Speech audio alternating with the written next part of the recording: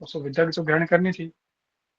तो कर्ण वहां रुकता नहीं है, उसको मान चुकता है कि गुरु द्रोण के जो गुरु थे वो थे भगवान परशुराम। तो परशुराम जो है उनको तो कहते हैं कि विष्णु का अवतार भी है। विंध्याचल पर्वत में वहां पर से विंध्याचल पर्वत आज नॉर्थ इंडिया और साउथ इंडिया का जो पर्वत श्रेणी जो डिवाइड करते हैं ना, विंध्याचल पर्वत है। ठीक है। तो वहां पर वो गए, तो वहां पर जाके उन्होंने परशुराम जी से शिक्षा ग्रहण करनी शुरू करी। अब परशुराम जी जो थे, जिन्होंने वनवास ले लिया था, उसके सोसाइटी से एब्सोल्युटली अपने आप को कट कर लिया था। तो सर भीष्म परशुराम जी ने उन्हें उसे एक्सेप्ट कर लिया था। एक्सेप्ट कर लिया था। भीष्म के बाद, द्रोण के बाद उन्होंने कर्ण को ही अपना स्टूडेंट एज एक्सेप्ट करा। और भी और जो बोलते ना फीस जो होता ना, अ, उसमें कुछ लिया नहीं उनसे, क्योंकि Karna was so bright, he was so bright student कि उनको सिखाते वक्त परशुराम को अपना बचपन याद आता था कि मैं कैसा था, ये तो मुझसे भी आगे है। Karna was so good, he was so focused, he was so energetic. क्योंकि सूर्य पुत्र थे तो उनका मणिपुत्र चक्र तो ऑलरेडी बहुत एक्टिव था, ये कह सकते हैं। तो उन्होंने बहुत कम टाइम पर ही उन्होंने सारे युद्ध कलाएं सीख ली। सिर्फ तीर धनुष नहीं, गदा, तलवार, भाला और जो भी था उस टाइम पर, और सारे अस्त्र और शस्त्र और सारे दिव्यास्त्र भी उन्होंने कर लिए थे। At the very young age उन्होंने ब्रह्मास्त्र भी करने ले लिया था। अब करण बड़े हो गए, यहाँ पर बड़े हो रहे हैं, एजुकेशन ले रहे हैं।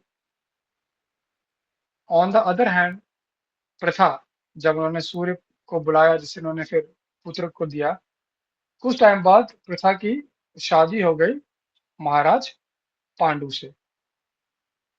महाराज पांडु की बड़ी वाइफ थी प्रथा, जिनका बाद में नाम कुंती पड़ा, क्योंकि कुंती भोज की बेटी थी।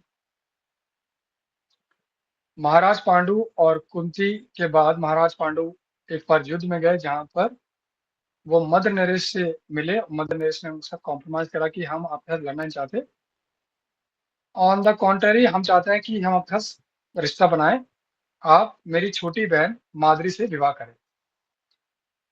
तो माद्री के साथ वो विवाह करते हैं, और पांडु की दो वाइफ होती हैं, एक कुंती और एक माद्री। कुंती से इनको 3 पुत्र होते हैं, युधिष्ठिर, भीम और अर्जुन, और माद्री से 2 पुत्र होते हैं, नकुल और सहदेव। पर ये पांचों बायोलॉजिकल सन नहीं थे पांडु के। ये before the birth of all Pandavas, Pandu, Kunti और माद्री ये जाते हैं एक रिट्रीट पर। जैसे हम लोग जाते हैं ना छुट्टियों पर, तो रिट्रीट पे जाते हैं, वहां पर तो ऋषि किंदन के आश्रम में रहते हैं। वहां पर ऋषि किंदन से शिक्षा भी ग्रहण करते हैं और वहीं पर रहते हैं वो।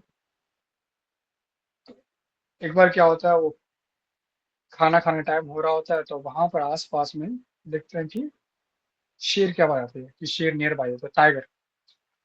तो माधुरी बोलते हैं कि महाराज, आस-पास में शेर है, आप मेरे लिए ना इसको मार के लाएं।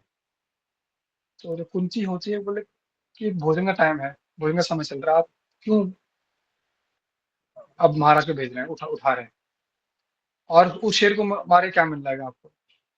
कुंती जो थी ना, ऑलरेडी एक शी हैज द पेशेंस था उनके अंदर, बड़प्पन था, पेशेंस, मेच्योरिटी थी। ऑन द अदर हैंड माधुरी थोड़ी छोटी दिखाई है, जो इम्पेशेंट थी, थोड़ी चुलबुली थी, बोलती नहीं थी, उनके पीछे बड़ा ही प्यार था। तो पांडु जाता है, हम तीर धनुष उठा लेते, बोलता है मैं अभी आता हूँ। और वही वो वॉरियर थे उस टाइम पर। क्षत्रिय जो थे ना, बहुत ही वैसे थे, मतलब डरते नहीं थे।